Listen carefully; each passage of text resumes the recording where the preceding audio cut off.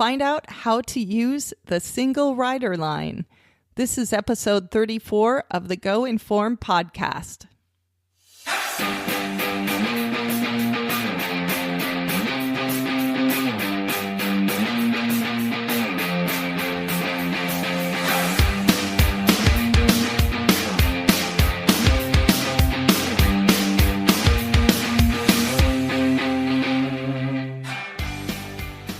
Hey everybody, welcome to the show. I'm your hostess Maven, and today we are talking about how to use the single rider line when you go to the theme parks. And this is a really good hack that I'm happy to share with you. Anyone can do it, and it can really save you a lot of time when you're touring in the parks. And it's also something that not everybody knows about. So you guys are going to be in the know after this. So thanks again for joining me. This is episode number 34. Show notes for the episode today will be at goinformed.net/34. So if you want to get any more information about anything I'm talking about, I will make sure and link to all of that stuff over there on the show notes. Before I get any further along here, just want to once again thank our Go Informed pass holder community for sponsoring the show and for being part of this whole project. Thank you so much for supporting the show, for supporting the website, and all that I'm doing here at Go Informed. You guys are awesome. So thank you so much for being part of that. If you are not a pass holder yet, you can still join us. Just go over to goinformed.net/pass holders and you can find out all about it over there and join our community. So the single rider line is one of those sort of theme park insider tips that a lot of people don't know about. And the single rider line is one of those things, and this is rare, but it is a way that you can avoid being in the long line, even if you're in the parks on a crowded day, or you don't have an express pass if you're at Universal Orlando, or you don't have a fast pass for that ride at Disneyland or Disney World. A single rider line can get you up to the front so much faster than waiting in the standby line.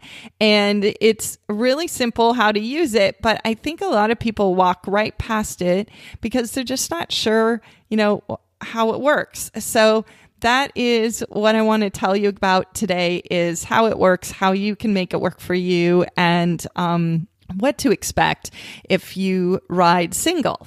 So the idea with having a single rider line on a ride is that you guys have seen this if you've been to any theme park or anything like this where you're getting on a ride. A lot of times the rides hold they hold more than one person per seat or per car, and groups of people want to ride together, and those groups are not always the exact number of people that fit in that car. So just for example, if you're looking at a roller coaster and the car holds 2 people across, and maybe there's 3 rows, so that'd be 6 people, and a group of 5 comes up and wants to get and ride, then there's going to be an extra seat left in that car. And to be most efficient with loading the ride, it would make sense to find a single person to fill that last seat. It moves the line faster, it keeps the ride full, and it keeps you from having that empty seat on the ride. And that is the idea with the single rider line. So a single rider line is for people who are willing to ride without the rest of their group. So what's going to happen is that if you ride in the single rider line, you are going to be that person who fills in the last seat with the group of strangers. So single rider means you're very unlikely to sit with anybody you know, and that you're just going to get to sit next to someone you've never met before and go on the ride. So that's the first thing to know about riding single. If you do not want to ride with people you don't know, then this isn't for you.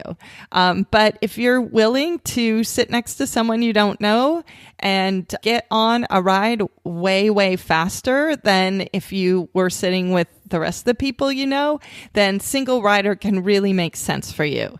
So not all rides have a single rider line. You're going to have to take a look and find out which ones do. And I'm going to actually tell you which ones at Universal and at Disney World have that as we get a little farther in. So when you are approaching a ride, you can look for a single rider sign for a single rider entrance. And you can also look on the park map and see the park maps will indicate if a ride has a single rider option.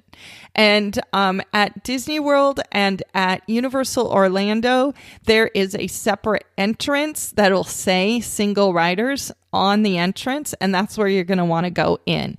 At Disneyland, it's a little bit different. Most of the rides at Disneyland that have single rider, actually, you get in the ride a different way. Some of them you actually go in through the exit. And so you'll have to ask an attendant at the ride to give you a pass to get you in so that you can ride single.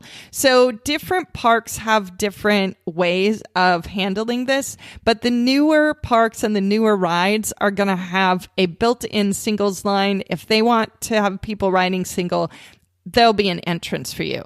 So keep an eye out for the singles entrance. Now, even though you're going to ride single and you're going to probably end up on a ride with strangers, you can go in the singles line with your friends or your family or whatever.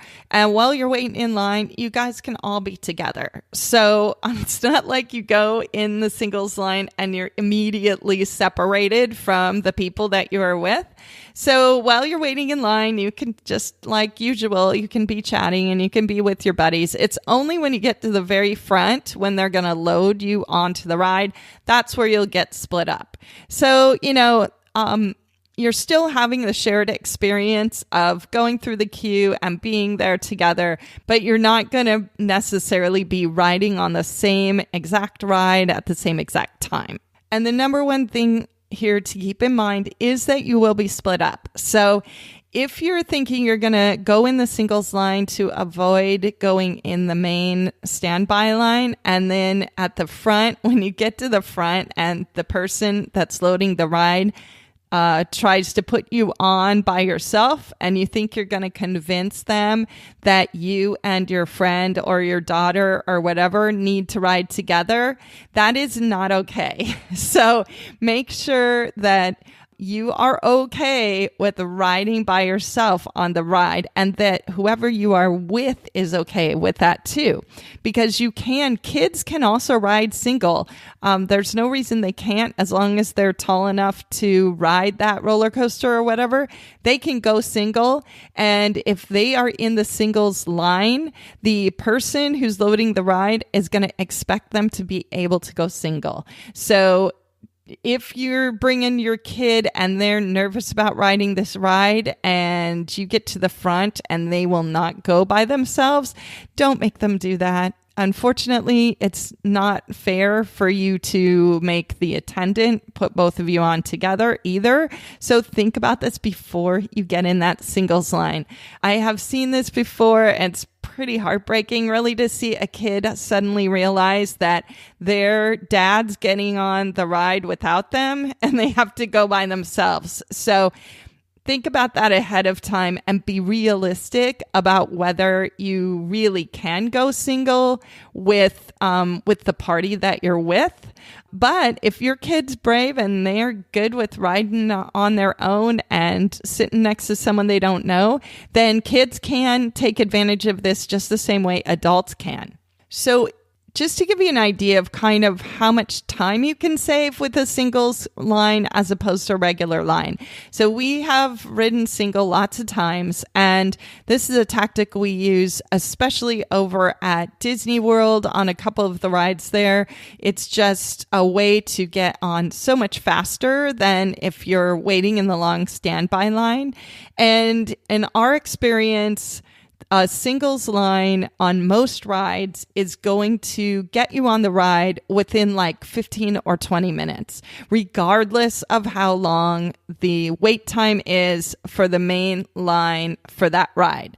So it's really fast. I mean, it's basically almost all the time, riding single is going to get you on the ride pretty much as fast as if you have a fast pass or an express pass for that ride. So it is a huge time saver. Now, Disney World doesn't have very many options for this. Universal has more, and I'll talk a little bit more about kind of some of the things to look out for here, but it is a really big way to save time when you're getting on the ride. I mean, that's a lot of time you're saving. If it's a 45-minute wait, but you can get on in 15, that's pretty huge, and it doesn't cost you anything to ride single, and you don't even have to plan ahead. You can just walk up and get in that singles line. So really keep it in your back pocket, you guys, for times where the park's crowded. If this is an option for you, take advantage of it and give it a try. So the singles queue, the actual queue that you're going to go through and enter the ride on most of these rides, isn't going to be quite as elaborate as the regular standby queue or the fast pass or express pass queue. The singles line usually just runs right somewhere into the the loading zone of that ride, and you don't see a lot along the way. So if you are on a particularly elaborate ride, like one of the Harry Potter rides, or like the Expedition Everest ride over in Disney World, these, I have to say, like, if you have the option, it's really cool to go through in the regular line at least one time when you ride that ride, so that you get the whole experience, so that you really are seeing the inside of Hogwarts Castle or the inside of Gringotts Bank or whatever, where when you ride single, you don't necessarily see all that stuff. And you also don't have the shared experience with whoever you've come with of seeing it all together and experiencing the ride together. So my suggestion in general is to ride something first through the regular standby queue, or use a fast pass or use an express pass, whatever you can use to kind of get the full experience on the ride first, and then use that singles line to ride it again. So you can, ride the Harry Potter and the Forbidden Journey ride in the castle, and wait in line and really see everything. And then when you get off and you're like, holy cow, I want to go on that again, then you can just go back and go singles and get on the ride really fast. Like, that line always moves pretty fast. So use a little bit of strategy, because there is a little bit that you miss out on with most of these singles lines, and they are kind of meant for people who have been on the ride before and just want to get and do the ride and not have all the fancy queue and all that stuff. So keep that in mind as you're planning your day and you're planning how you're going to use the singles line. It also helps if you've been through the ride at least once in terms of figuring out where you're going to meet all your friends after you get off the ride, because you're probably not all going to be like on the same roller coaster train or whatever it is. You're probably going to be sort of scattered. So you need to have a place to meet when you all get off, so you're not wasting a bunch of time trying to find each other. That sort of counteracts the time you just saved. So if you've been on the ride before, then you can say, okay, we'll meet in the gift shop next to this, or we'll meet out front or by the lockers or whatever it is. So think about that too before you get on the ride. And especially if you have, kind of younger kids with you, you want to make sure that they know where they can find you at the end, so you don't have any extra drama after you get off the ride. All right, so a couple of things to know, some pitfalls that you might run into with the single rider line. One of them is that not all rides load single riders at the same rate, and some of them are really fast, like Test Track over at Epcot. That ride seats riders 3 across, so it's 3 in a row, and most groups are even number groups. You'll see lots of 2s and 4s and stuff, and so there's a lot of need for single riders on Test Track because you get like pairs of 2, and then they'll put each car has 2 rows, and so sometimes if you get a group of 4 people, they'll load the other 2 seats with single riders. So every car it potentially is taking a couple of single riders at a time. So that line moves really fast. It's super efficient. On the other hand, the Aerosmith Rock and Roller Coaster at Hollywood Studios, I don't know what the deal is with that ride, but that single rider line moves really slow. And our experience with that line, and we've done it multiple times, is single rider usually isn't going to save you much time. And in the end, it's kind of frustrating because you're standing there in the single rider line watching them load up the roller coaster, and the single line hardly moves at all. So that one I would avoid single rider on. Pretty much anything else I'm going to talk about here, I think you're going to be okay using single rider. And some are really great with single rider. The Harry Potter rides at Universal load single riders pretty fast. So there's a lot of the rides that it's really effective, but just know that Rock and Roller Coaster at Hollywood Studios is to be avoided.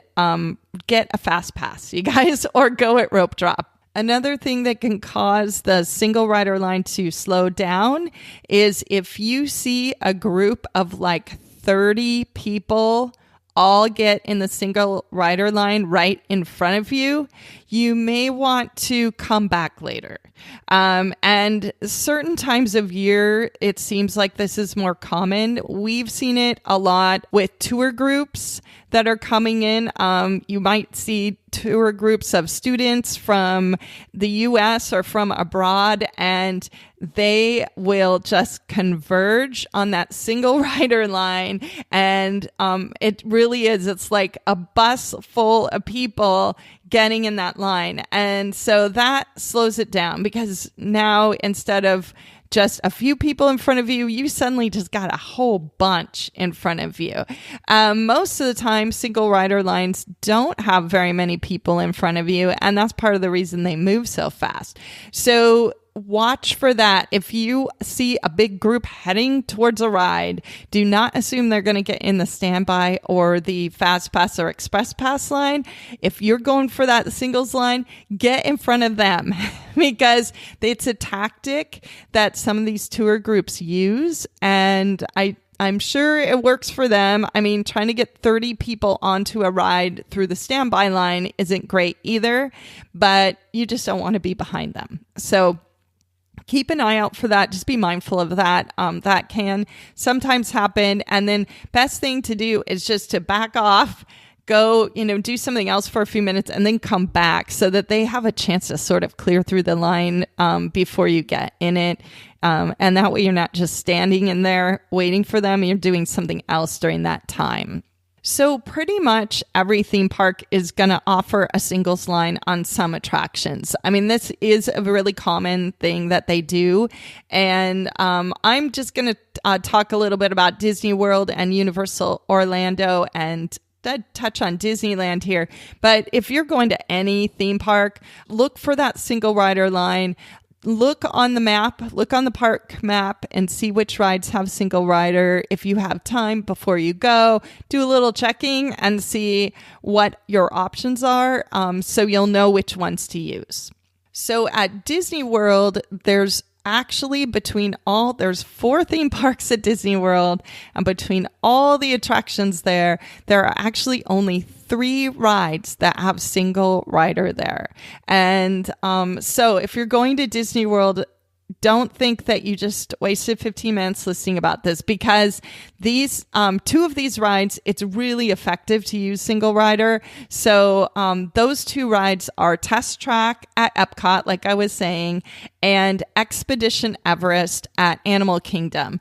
Both of those rides, the single rider line is going to move fast. It's easy, and it's no problem to ride single on those rides. So those are the two that I recommend you look at when you are visiting Disney World. The other one there is the Aerosmith Rock and Roller Coaster, which, as I just said, I would avoid the singles line on that one.